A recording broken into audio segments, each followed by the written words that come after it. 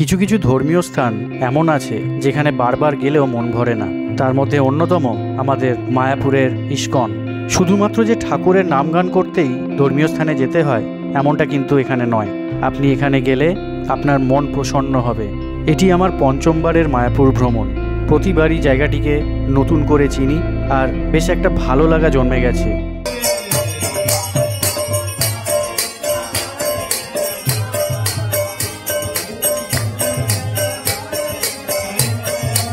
YouTube channel শুরু করার পর তাই যখন ভ্রমণের সাথে কৃষ্ণনগর দিয়ে মায়াপুর আসার অফারটা পেলাম তাই সেটা ছাড়তে পারলাম না।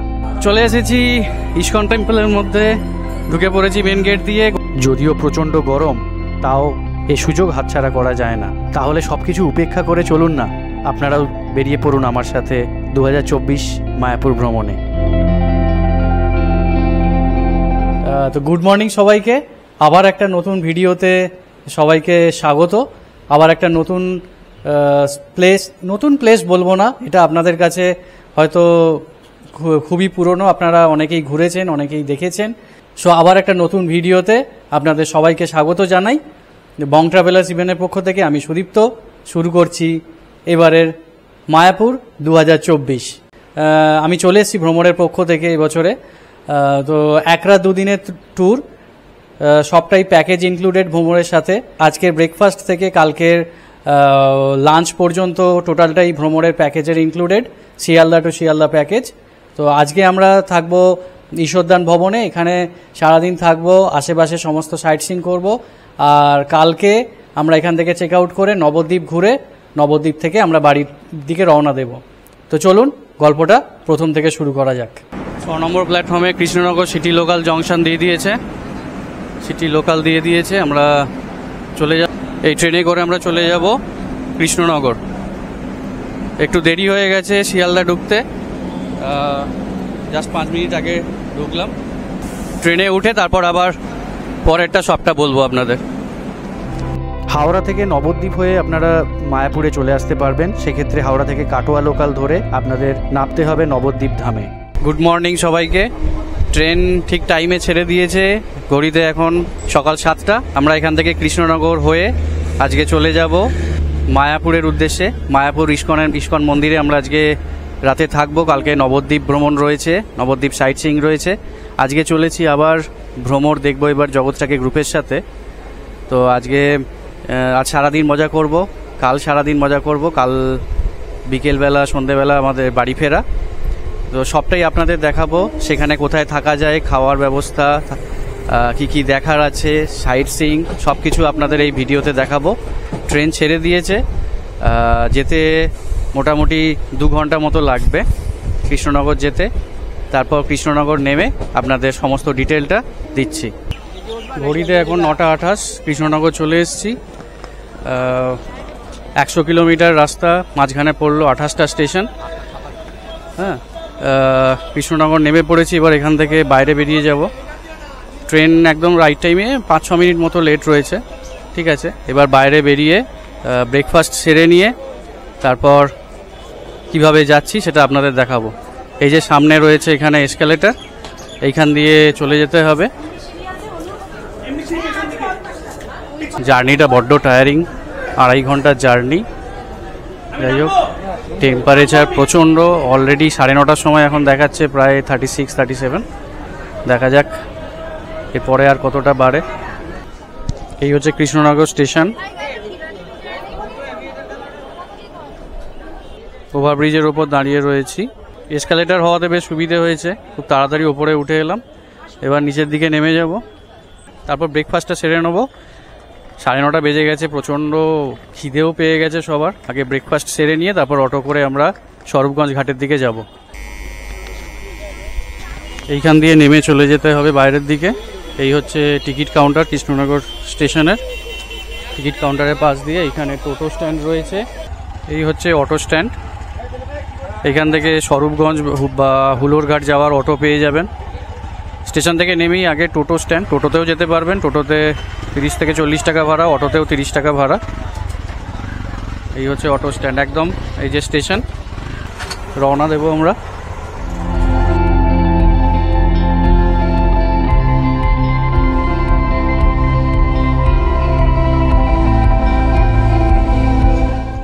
হচ্ছে অটো স্ট্যান্ড। এই যে আমার পেছন দিকে অটো স্ট্যান্ড, অটো থেকে নেমে পড়েছি। এবার এখান থেকে চলে যেতে হবে স্বরূপগঞ্জ ঘাটের দিকে। এটাই স্বরূপগঞ্জ ঘাট, এই রাস্তা দিয়ে চলে যেতে হবে। এই রাস্তাটা দিয়ে একটুখানি হাঁটা পথ, ওখান থেকে ঘাট পেরিয়ে আমরা মায়াপুরে চলে যেতে পারবো। এইটুকু রাস্তাটা আসতে কৃষ্ণনগর সিটি থেকে এই স্বরূপগঞ্জ দিয়ে আসতে মোটামুটি আধ ঘন্টা 35 মিনিট মতো টাইম লাগলো। আর অটো ভাড়া পড়বে 30 টাকা। আপনারা টোটোতেও আসতে পারেন, একই ব্যাপার। তবে যেহেতু টাইমটা অনেকটা বেশি লাগে, তাই অটোতে এলে একটু টাইমটা সেভ হবে, টোটোতে একটু টাইম লাগবে। যাই হোক, এবার আমরা এখানেই ব্রেকফাস্ট করে নেবো। স্টেশনে ব্রেকফাস্টটা করা হয়নি। ব্রেকফাস্ট করে নিয়ে আমরা তারপর নৌকো করে ওপারে চলে যাব। কৃষ্ণনগর সিটিতে আমি এই প্রথমবার এলাম, এদিকে কোনোদিন আসা হয়নি। তো কৃষ্ণনগর সিটি বিখ্যাত অনেক কিছুর জন্য, জগদ্ধাত্রী পুজো, মাটির পুতুল, কৃষ্ণনগর রাজবাড়ি, দুর্গাপুজো, সব কিছুর জন্য কৃষ্ণনগর বেশ বিখ্যাত। ইচ্ছা রইল পরবর্তীকালে কখনো এসে শুধুমাত্র কৃষ্ণনগরটাকে এক্সপ্লোর করার। আজকে তো আমরা মায়াপুর চলে যাব, তাই কৃষ্ণনগর এক্সপ্লোর করতে পারলাম না। এখন ঘড়িতে বাজে 10:15। ব্রেকফাস্টটা করে নিয়ে চটপট নৌকো ধরে আমরা ওপারে চলে যাব। এই রাস্তাটা দিয়ে, এই গলিটা দিয়ে চলে যেতে হবে স্বরূপগঞ্জ ঘাটের দিকে। এই গলিটা দিয়ে একটুখানি হাঁটতে হবে। আমরা ব্রেকফাস্ট করে নিলাম, বেশ একদম গরম গরম কচুরি, তার সাথে সুন্দর রসগোল্লা, গুড়ের রসগোল্লা আর তরকারি। খুব সুন্দর ব্রেকফাস্ট ছিল।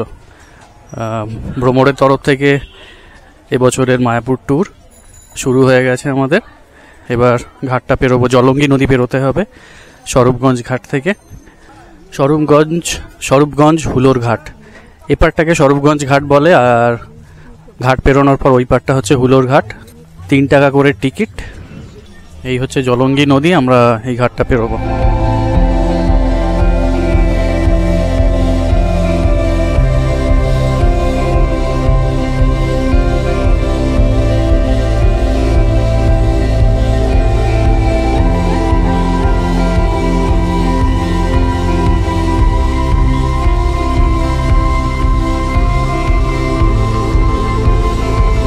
আমরা জলঙ্গি নদী পেরোচ্ছি।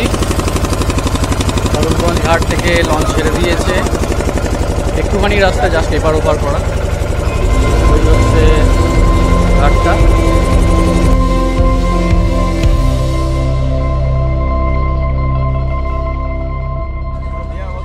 ওই দিকটা হচ্ছে নবদ্বীপ, ওই দিক থেকে মায়াপুর আসা যায় নবদ্বীপ ঘাট হয়ে। ওইদিকে ভাগীরথী আর জলঙ্গির মিলনস্থলটা ওই দিকে, দুটো নদী একসাথে মিলিত হচ্ছে। আমরা কাল যাবার সময় ওই ঘাট দিয়ে যাব, তখন দেখাতে পারবো দিকটা। আমরা চলে এসেছি এদিকে জেটি ঘাটে। একটুখানি রাস্তা জাস্ট উঠবেন আর নামবেন।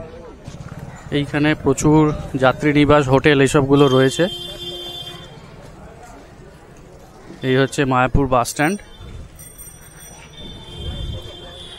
এইখান থেকে টোটো ধরে, খুব বেশি দূর নয়, টোটো ধরে চলে যেতে হবে। মোটামুটি 1.5 কিলোমিটার মতো রাস্তা এখান থেকে ইস্কন টেম্পল। নবদ্বীপ থেকে এলে এই যে জেটি ঘাটটা, এইখান থেকে আসতে হবে আপনাদের। এখানে খাওয়ার জায়গা, এখানেও ব্রেকফাস্ট করে নিতে পারবেন, ব্রেকফাস্ট করার জায়গাও রয়েছে। এখানে জগন্নাথ মন্দির রয়েছে, একটি দর্শন করতে পারবেন। এই হচ্ছে চৈতন্য মঠ। এখান থেকে আপনারা হেঁটেও চলে যেতে পারবেন, খুব একটা বেশি ডিস্টেন্স নয়। তবে এই রোদ্দুরে গরমে আমরা সবাই টোটো করেই যাব, এতটা হেঁটে যাব না কেউ। একটুখানি এগোলেই সামনেই টোটো স্ট্যান্ড রয়েছে। এই যে এখানেও প্রচুর গেস্ট হাউস রয়েছে, ফোন নাম্বারগুলো আপনারা পজ করে দেখে নিতে পারবেন। হোটেল ত্রিনয়নী গেস্ট হাউস, এটা হোটেল জলঙ্গি। আপনারা বাইরে এখানে থাকতে পারবেন যদি না ইস্কনের ভেতরে জায়গা পান। এখানে খাবার হোটেল রয়েছে। এই হচ্ছে টোটো স্ট্যান্ড। এখানে টোটোয় উঠে পড়েছি। ওই 1 থেকে 1.5 কিলোমিটার মতো রাস্তা। আশেপাশে প্রচুর দোকান রয়েছে, প্রচুর হোটেল রয়েছে, আপনারা এখানে থাকতে পারবেন। এখান থেকে টোটো ভাড়া 10 টাকা করে। চলে এসেছি ইস্কন টেম্পলের মধ্যে, ঢুকে পড়েছি মেন গেট দিয়ে। ঘড়িতে এখন 11টাও বাজেনি, 11:15। আমরা এন্ট্রি করে গেছি ইস্কন টেম্পলের মধ্যে। এবার এখান থেকে চলে যাব সোজা গদা ভবনে। আমাদের রুম বুক করা আছে ঈশ্বরদান ভবনের গদা ভবনের রিসেপশনে গিয়ে সেখান থেকে সব কিছু ফর্মালিটিস করে নিয়ে তারপর আমরা চলে যাব আমাদের রুমের দিকে। বহু প্রতীক্ষিত, অনেক দিন ধরে ইচ্ছা ছিল ইসকন টেম্পলে আসবো কৃষ্ণনগর হয়ে। এর আগে আমি 3-4 বার এসেছি নবদ্বীপ ধাম হয়ে, এবছর প্রথমবার কৃষ্ণনগর হয়ে আমি চলে এসেছি। এর আগে 2021-এ ঈশ্বরদান ভবনে ছিলাম, এবারও ঈশ্বরদান ভবনে থাকবো। আজকে 16 জন টোটাল ছিল আমাদের গ্রুপে, কিন্তু গরমের জন্য ক্যান্সেল হয়ে গেছে। আমরা আজকে 6 জনে এসেছি, কিন্তু আশা করছি বেশ ভালো লাগছে, খুব মজা হচ্ছে। 40 ডিগ্রি টেম্পারেচারের মধ্যে সব কিছুকে উপেক্ষা করে আমরা চলে এসেছি ভ্রমণের সাথে সবাই মিলে। আশা করছি খুব মজা হবে। নতুন টেম্পলটা দেখবো, দেখা যাক কটার সময় কি খোলে, আপনাদের সবটা ডিটেল দেবো, আপডেট দেবো। এখানে নাম সংকীর্তন চলছে সারাদিন যেটা হয়। আর এই হচ্ছে নতুন মন্দিরটা, দেখাবো সবটা। তবে এখন আগে রুমে যাব, রুমে চেক ইন করে একটু ফ্রেশ হয়ে তারপর আপনাদের সবটা ডিটেলে বলছি। চলুন তাহলে এখন গদা ভবন চলে যাওয়া যাক। এবার সেখানে গিয়ে রুমের চেক ইন করতে হবে, সেই ফর্মালিটিসগুলো করে নেওয়া যাক। চলুন, এই রাস্তা দিয়ে সোজা চলে যেতে হবে। এই হচ্ছে গদা ভবন, আমরা গদা ভবনের সামনে চলে এসেছি। এটাই হচ্ছে মেন রিসেপশন। যা বুকিং থাকবে আপনাদের অনলাইনে, যে কোনো ভবনে বুকিং থাকলে এখানে এসে আগে বুকিংটাকে কনফার্ম করে রুম অ্যালট করতে হবে, তারপরে সেই ভবনে যেতে হবে। এই হচ্ছে গদা ভবনের মেন এন্ট্রি।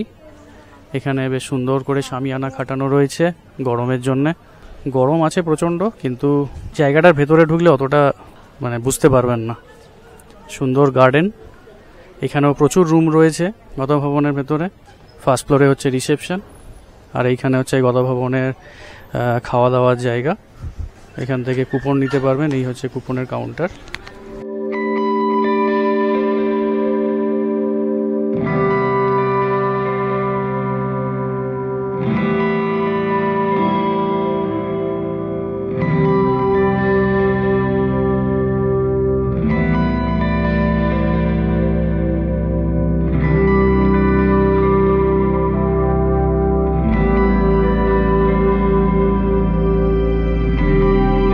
ইসকনের ভেতরে যাতায়াতের জন্য এরকম ব্যাটারির গাড়ি পেয়ে যাবেন, যেগুলো গেস্ট হাউসে আপনাদের বুকিং থাকলে নিয়ে যাবে।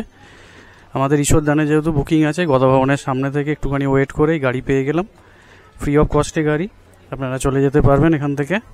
গলা শুকিয়ে যাচ্ছে, এত জল তেষ্টা পাচ্ছে। 40 ডিগ্রিতে আমরা ঘুরে বেড়াচ্ছি মায়াপুর ইসকনের ভেতরে। এরপর গিয়ে একটু ফ্রেশ হয়ে আগে গিয়ে ভোগের কুপনটা কেটে নিয়ে ফ্রেশ হতে যাব রুমের মধ্যে, তারপর একটু রেস্ট নিয়ে আমরা নিচে ভোগ খেতে নামবো। দেখাবো সবটা, আপনাদের সঙ্গে থাকবেন। বিভিন্ন ভবনগুলোতে আপনারা থাকতে পারবেন। এখানে বেশ কিছু স্টোর রয়েছে, জামা কাপড়ের, খাবার দাবারের স্টোর রয়েছে। পুরোটা ডিটেলে দেখাবো, আরও যা যা ভবন রয়েছে আপনাদের সবটা ডিটেলে দেখাবো। একটু রোদটা কমে গেলে তারপর আমরা আবার বাইরে বেরোবো। সাথে থাকবে বেশ কিছু সাইট সিন। কথা বলতে পারছি না, এত জিভ শুকিয়ে যাচ্ছে তাড়াতাড়ি, প্রচণ্ড গরম, 40-র ওপরে। কিন্তু সব কিছু উপেক্ষা করে আমরা ঘুরে বেড়াচ্ছি, ঘোরাটা কিন্তু মাস্ট।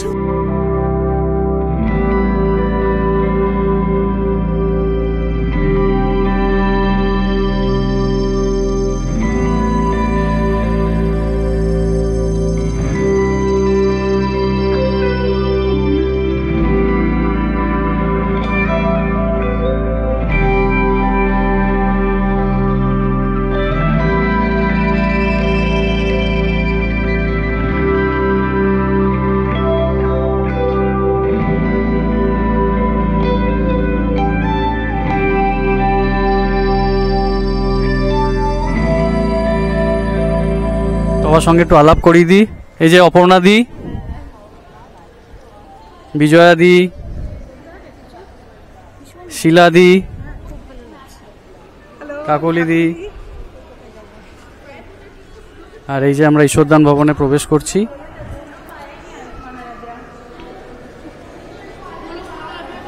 এই হচ্ছে খাওয়া দাওয়ার জায়গা, আমরা আসবো একটু পরে। পুরো 5 স্টার হোটেলের মতো ঈশ্বরদানটা, এখান থেকে দেখুন একবার। 1 2 3 4 5 6 তলা। আর এই হচ্ছে মেন রিসেপশন ঈশ্বরদান ভবনের। এখানে এসে আপনাদের যেটা বুকিং রয়েছে সেই বুকিং স্লিপটা দেখিয়ে রুম অ্যালট করে নিতে হবে। এই যে ভ্রমণের অ্যাডমিন উনি তত্ত্বাবধানে রয়েছেন, উনি সমস্ত বুকিং প্রসিডিওরটা দেখছেন এখান থেকে। আর এখান থেকেই আপনারা ভোগের প্রসাদও পেয়ে যাবেন।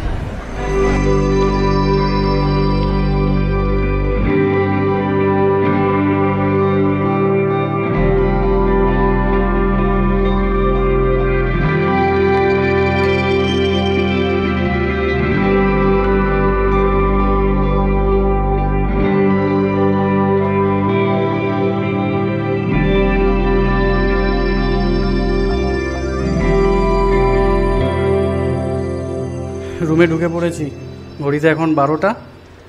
আধ ঘন্টা আগে সবাই চেক ইন করেছে, সবাই রুমে গিয়ে ফ্রেশ হচ্ছে, আমিও এই রুমে ঢুকলাম। জাস্ট রুমটা একবার দেখুন। ঈশ্বরদান ভবনটা ঠিক এই কারণেই আমার খুব পছন্দের। আমি 2021-এও থেকে গেছি এখানে। খুব দারুণ জায়গা, যেমন চারিদিকের ভিউটা দারুণ, রুমের কোয়ালিটি দারুণ, পরিষ্কার পরিচ্ছন্ন, just like a 3 star hotel. আর এরপর তো লাঞ্চটা আপনাদের দেখাবো। লাঞ্চের কুপন কেটে নিয়েছি, আমাদের ঢুকতে মোটামুটি 10:30 পৌনে 11টা হয়েছিল বলে লাঞ্চের কুপনে একটু প্রবলেম হচ্ছিল। আজকে যেহেতু শনিবার একটু রাশ রয়েছে, তাই ওদের লাঞ্চের কুপন শেষ হয়ে গেছিলো। আমরা যেহেতু 6 জন ছিলাম, অনেকটা রিকোয়েস্ট করাতে, যেহেতু আমাদের 4টে রুম রয়েছে, রিকোয়েস্ট করাতে ওরা কুপন দিয়েছে আমাদের করে ভেতর থেকে। তো কুপনের জন্য 150 টাকা করে লাগলো পার হেড। যদি বাচ্চা থাকে 3 থেকে 6 বছর পর্যন্ত বাচ্চাদের এই কুপনটা লাগবে 80 টাকা করে। খাবারের পরিমাণ একই ওরা দেবে, কিন্তু যেহেতু বাচ্চা তাই তাদের কুপনের দামটা একটু কম। আর বড়দের জন্যে সবার 150 টাকা করে। আর রাত্রিরে এখান থেকে খেতে পারবেন। রাতে হচ্ছে কুপনের দাম 100 টাকা করে। জিজ্ঞাসা করে নিলাম, সেই কুপনও কিন্তু আপনাদের 3টে থেকে 4টের মধ্যে কেটে নিতে হবে। তো একবার রুম ট্যুরটা দিয়ে দিই। রুমটা মেশি হয়ে যাওয়ার আগে ঘরে ঢুকলেই এই হচ্ছে 2টো বেড। এটা অ্যাকচুয়াল 4 বেডরুম। এই দেখুন, নিচে একটা করে ম্যাট্রেস দেওয়া রয়েছে। এই রুমে 4 জন অনায়াসে থাকতে পারবেন। 2টো বেডে 2 জন করে, আর তার সাথে 2টো ম্যাট্রেস। 4 বেডের রুম। এই যে 2টো করে বালিশও দেওয়া রয়েছে, মাথার বালিশ। তার সাথে একটা করে বেডশিট দেওয়া রয়েছে। আমি এখানে ব্যাগ ট্যাগগুলো রেখে দিয়েছি। রয়েছে সুন্দর একটি টেবিল, চেয়ার, আর একটা টাওয়েল দেওয়া রয়েছে। চেয়ার টেবিলগুলো কি সুন্দর দেখুন, সুন্দর ডিজাইন করা, কাঠের পুরোপুরি। বেডগুলোও তাই দেখুন। এখানে একটা সাইড টেবিলও রয়েছে, খুব পরিষ্কার পরিচ্ছন্ন। আর রয়েছে এখানে একটা বড় আয়না। আর এখানে ভিউটা দেখুন, এত বড় একটা জানলা রয়েছে। জানলার একটা সাইডে নেট দেওয়া রয়েছে। এই দেখুন, এখানে কোনো একটা ভবন হবে, আমি এখান থেকে বুঝতে পারছি না এটা কি ভবন। আর দূর থেকে ভিউটা দেখুন, খালি কি অসাধারণ লাগছে। আর এই যে এখান থেকে মন্দিরটাও দেখা যাচ্ছে, নতুন মন্দির। রুমের ভিউটা দেখুন, সত্যি ওয়ার্থ ইট। এই রুমের ভাড়া পড়েছে 1000 টাকা মতো, কিন্তু রুমের সত্যি বলছি মানে অকল্পনীয়, অতুলনীয়, অসাধারণ। কোনো বিশেষণই কম হবে না। নন এসি রুম, হয়তো একটু গরম লাগবে, একটাই ফ্যান রয়েছে। এই যে ঘরের ইন্টেরিয়ার, সুন্দর একটি ছবি রয়েছে এখানে। এই হচ্ছে গোটা ঘরের ইন্টেরিয়ার। এখানে সুইচ বোর্ড রয়েছে, তার সাথে মসকিটো রিপেলেন্ট রয়েছে। বাট সব থেকে সুন্দর হচ্ছে ভিউটা। আর এখান থেকে নতুন মন্দিরটা যতটা দেখা যাচ্ছে, আমি সত্যি ভাষায় প্রকাশ করতে পারছি না, অসাধারণ। রাত্রিবেলা ভিউটা কি হবে সেটা আপনাদের দেখাবো। যাই হোক, এবার বাথরুমটা আপনাদের একটু দেখিয়ে দিই। এই যে হচ্ছে এন্ট্রান্সের দরজা। এখানে কিছু ইম্পর্টেন্ট নোটিশ দেওয়া রয়েছে, এগুলো আপনারা একটু দেখে নেবেন। Drinking alcohol, tobacco strictly prohibited. এখানে জামা কাপড় রাখার জন্য কিছু হুক রয়েছে, ডাস্টবিন রয়েছে। যেটা মেন জিনিস, এখানে 10 লিটারের একটি জলের জায়গা দেওয়া রয়েছে, তার সাথে ডিসপেন্সার রয়েছে, আর রয়েছে 2টো গ্লাস। আপনারা জল খেতে পারবেন বিনা খরচায়। জল শেষ হয়ে গেলে আপনারা রিসেপশনে বললে ওরা আবার জল পাঠিয়ে দেবে। পরিষ্কার পরিচ্ছন্ন একদম বাথরুম। ঢুকেই প্রথমে রয়েছে একটা বেসিন, তার সাথে হ্যান্ড ওয়াশ দেওয়া রয়েছে, এখানে একটা সোপ দেওয়া রয়েছে, গিজার, ভেতরে একটা আয়না, তার সাথে হচ্ছে এখানে শাওয়ার, জামা কাপড় রাখার জায়গা, কোমোড, এখানে হ্যান্ড ফসেটস আর একটা এক্সস্ট। পরিষ্কার পরিচ্ছন্ন একদম বাথরুম, আর একটা বালতি মগও রয়েছে তার সাথে। সত্যি খুব পরিষ্কার পরিচ্ছন্ন। 1000 টাকায় এই ভবন, আমি জানি না, আমি অন্য ভবনে থেকেছিলাম, চক্র ভবন টবনগুলো হয়তো এতটা ভালো, এতটা পরিষ্কার পরিচ্ছন্ন নয়। আমি গদা ভবনে থাকিনি কোনোদিন, বাকি ভবনগুলোর ভেতরে বলতে পারবো না, কিন্তু আমি হলফ করে বলতে পারি ঈশ্বরদান ভবনটা একটা অন্য রকমের। এটা সত্যি এত পরিষ্কার পরিচ্ছন্ন, এত ভালো একটা জায়গায়, জাস্ট মানে বলে বোঝানো যাবে না। আপনারা পারলে এখানে এসে একবার থাকার চেষ্টা করুন, মন ভরে যাবে। ফ্রেশ হয়ে নেবো, চান টান করে নেবো। 12টা বেজে গেছে, 1টা থেকে 2টো পর্যন্ত ভোগ খাওয়া হবে। সেখানে গিয়ে আপনাদের আবার কি কি ভোগ দেয় তার ডিটেলসটা দেখাবো। ফ্রেশ হয়ে নিয়ে রেডি হয়ে নিই। এই হচ্ছে ভ্রমরের থেকে দেওয়া আজকের ট্রাভেল কিট। একটা ব্রাশ, একটা ইলেকট্রল দেওয়া হয়েছে এত গরমের জন্যে, একটা সোপ, তার সাথে একটা শ্যাম্পু পাতা আর একটা টুথপেস্ট, একটা জোয়ানের পাতা, আর তার সাথে এই সুন্দর একটা পাউচ যেখানে ভ্রমরের নাম লেখা রয়েছে, ট্রাভেল উইথ ঝুমকি দিয়ে ফোন নাম্বার। আপনারা এই নাম্বারে কন্ট্যাক্ট করে এদের সাথে ঘুরতে যেতে পারবেন। ফ্রেশ হয়ে গেছি, চান টান করে চেঞ্জ করে নিয়েছি। এখন বাজে দুপুর 1:10। একটা সত্যি কথা বলবো, বিশ্বাস করবেন? আমি জানি না আপনারা বিশ্বাস করবেন কি না। আজকে 27শে এপ্রিল, শনিবার। আজ আর কাল খবরে যেরকম বলেছে তাপমাত্রা একটা সর্বোচ্চ জায়গায় রেকর্ড করার কথা, যা কোনোদিন পশ্চিমবঙ্গ দেখেনি।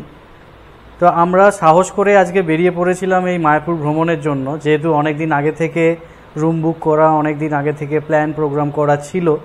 অনেকজন ক্যান্সেল হয়েছে ঠিকই, কিন্তু আমরা 6 জন মিলে অ্যাট লাস্ট বেরিয়ে পড়েছিলাম। প্রায় 18-19 জনের গ্রুপ ছিল, সেখান থেকে ম্যাক্সিমাম লোকই ক্যান্সেল হয়ে যায়। তো আর আমাদের বুক করা ছিল সবই নন এসি রুম। তো যখন বুক করেছিলাম ফেব্রুয়ারি মাসের শেষের দিকে, তখন এতটা গরম পড়বে এই সময় অতটা বুঝতে পারিনি, তাই সব নন এসি রুমই বুক করা ছিল ঈশ্বরদান ভবনে, আর কিছু অন্য ভবনেও ছিল। জাস্ট চান করে এলাম, এখন বাজে দুপুর প্রায় 1:10 মিনিট বাকি। বিশ্বাস করুন, যতক্ষণ শাওয়ার নিয়েছি একটা টাইমের জন্য মনে হয়নি বাইরে 40 ডিগ্রি সেন্টিগ্রেড টেম্পারেচার রয়েছে। জলটা এতটাই ঠান্ডা, আমি জানি না কিভাবে এদের ওপরের নিচে রিজার্ভার বা ট্যাঙ্ক কিভাবে রাখা রয়েছে। জলটা এতটাই ঠান্ডা, রীতিমতো মানে মনে হচ্ছে শীতকালে যেমন জল হয় আর কি দুপুরের দিকে, সেরকম গায়ে লাগছে জলটা। আর রুম, এসি নেই রুমে, কিন্তু সত্যি বাড়িতে যেমন টেকা যায় না গরমে, এখানে কিন্তু তার বিন্দুমাত্র লক্ষণ নেই।